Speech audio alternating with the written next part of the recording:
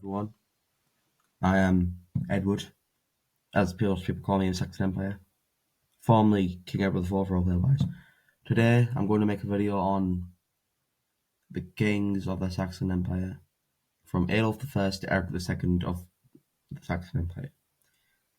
Started off in Sweden, 1262. Adolf was elected by multiple Swedish princes to become King of the Swedes. He was not King of Sweden, just King of the Swedes. It started the Kingdom of Sweden. He married Louise Tensham to establish this union between the kingdoms, the principalities of Edchester and Tencoster. When he died in 1289, passed on to Charles, and his sons Charles and Sigismund took over as kings. But when Charles died, Charles became king. Nothing notorious about these reigns, so I'll just go through them very quick. Charles died, and then Charles III died, and then Magnus I died, passed on to the uncle Sigismund, who was quite old when he became king, who was in his 60s, a bit like old for medieval European standards. And then he died because of these European life expectancies. Sigismund II became king in 1371. He wasn't as old, but he was in his 50s. So still, European life expectancy. When he died, Henry I became king. Henry I was quite the Crusader king. He was a warmonger. He went to war. Although he didn't fight any crusades, don't know why I said Crusader king, but he fought in a lot of wars. He had a fight with the King of Denmark, King of Norway, and lost both of them. He was very unpopular. So when he died in 1414, people were very astonished to see Charles IV as their new king.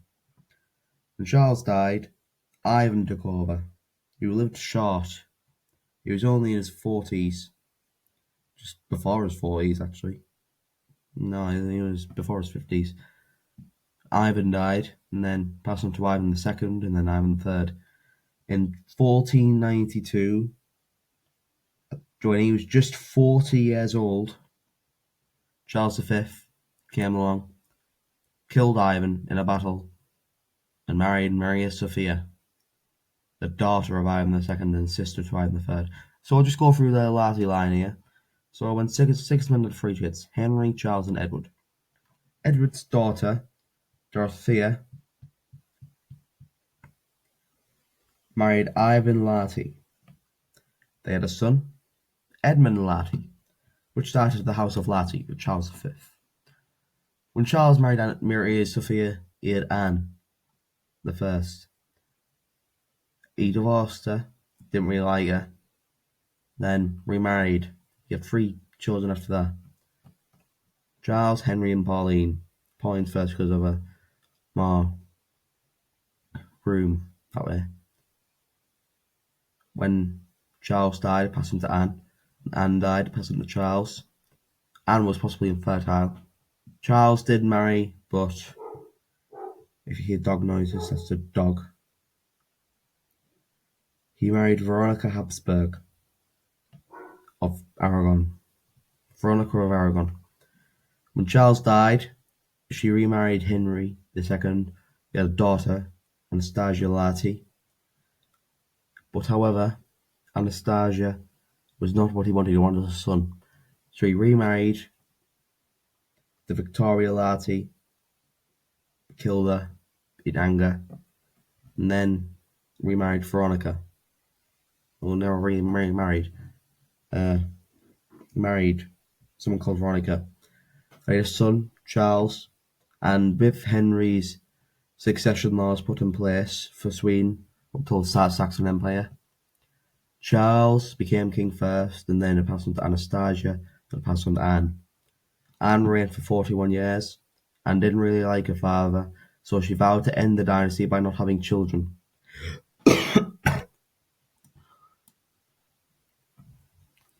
When the dynasty ended, passed on to her first cousin once removed, Sigismund III.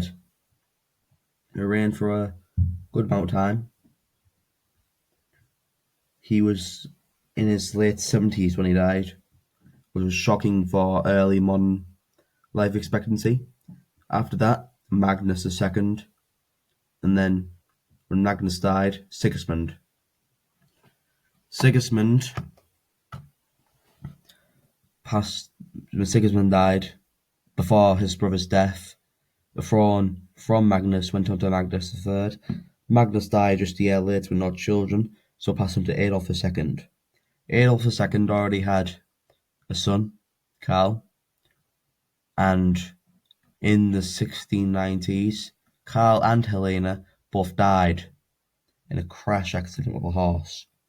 Helena was the daughter of the King of Norway, Harald V, and when Harald died the same year as Adolf, Norwegian succession laws state that they would skip the generation of women and pass it on to Tyler the Great, who was a son. So they skipped the generation, passed it on to the eldest son. If they had no son, then got rid of it. So when Harold and Adolf died the same year, it passed on to Tyler the Great, who formed the Saxon Empire in 1701. He was the most notorious king of Sweden and Norway, and it was only a personal union for about a year, because in 1702 he informed the Saxon Empire in Acts of Union. When he died in 1737, Parliament was established, so the king had lesser powers, and Tyler II took over. Tyler II was a bit mad in the head in his later years. He fought a war with Russia in the 1740s, and because of that, the Prince of Karelia is established. When he died in 1789, the throne passed on to Eli I. From 1789 to 1794, he was a bit terrible. We call him Eli the Terrible. He never donated to the Finnish starving masses and said, let's just give him bread. Make him grow bread. Simple as. Weren't that good, was it? Nah. So when Eli died, passed on to Dylan, the boy king. This was when Saxon entered its silent phase. It was rather quiet in the global stage. Didn't really care. They did fought in Napoleonic Wars, but not much in there. When Dylan died in 1838, he had no children, so didn't really have to scatter, but they went up the line, across, down, to Tyler III, who was old by the time he became king. Quite old. And a short reign, and now we enter the dynasty which had the short reigns. Tyler IV only reigned 9, Eli only reigned 6, Tyler only reigned 4, and Tyler VI only reigned 7. The longest reigning was Tyler VII, who reigned for 20 years or 23 years. It's disputed because of the Civil War. When Tyler III died, it passed on to Tyler IV, then Eli II, just like his namesake, was terrible. Not as terrible as Eli, but still not a very popular king. When Eli II died, it passed on to Tyler V, who was mentally retarded. He died because of these complications in his 40s. Passed on to his uncle, Tyler VI, who was much more wise and popular, unlike his son, Tyler VII. Tyler VII was a pro-slavery, and his distant cousin, fifth cousin once removed, through Tyler I, started the Civil War. The contenders for the throne of the Civil War were Tyler VII, Dylan II, and King John. Dylan and Tyler were on the same side as they joined in 1892. And then Tyler died. Dylan became the main contender. He defeated John in 1898 and had him executed by the electric chair. One of the first Saxons to be executed by so. And then Dylan became king. Dylan reinstated slavery and made it law. De jure slavery was established. When he died, Tyler VIII became king, and he supported slavery more than his predecessor. And he killed his own son because he was abolitionist. When Tyler died, passed on to Eric I, who was possibly homosexual. He had no wife, he refused to marry, and it was rumoured that he was having the sexy time with a man of his father's age. When he died, passed on to his first cousin, the throne, the House of Oswald, the house that we have today. Edward I became king. Then came the second silent age. It weren't as silent, but it still was silent in its own.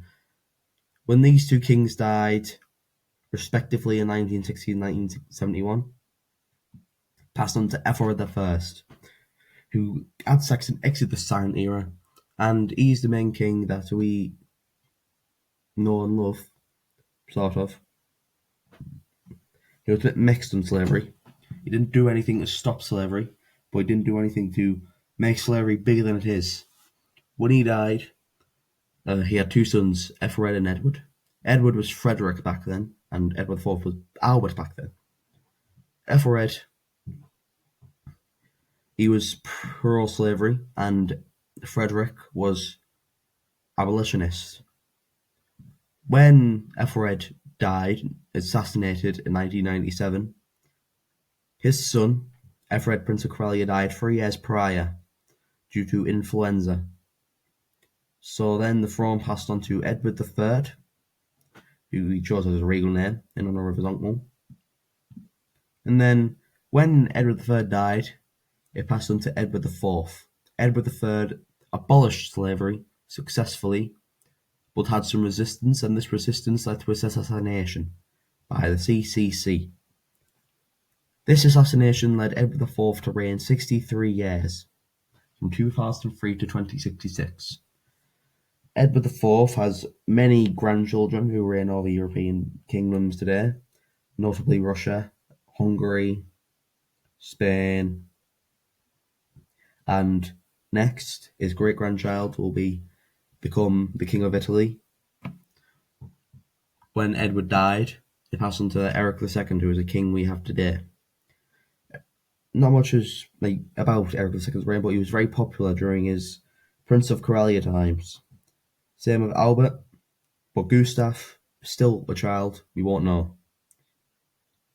So this is the entire tree of the kings and 3 queens of Sweden and the Saxon Empire. Hope you all enjoyed this video. If you came across it by YouTube and not the Discord server, I recommend you join the Discord server. It'll be in the description. So this is the video. I'll have some more videos put in place, but this is the video that we'll have for now. Bye.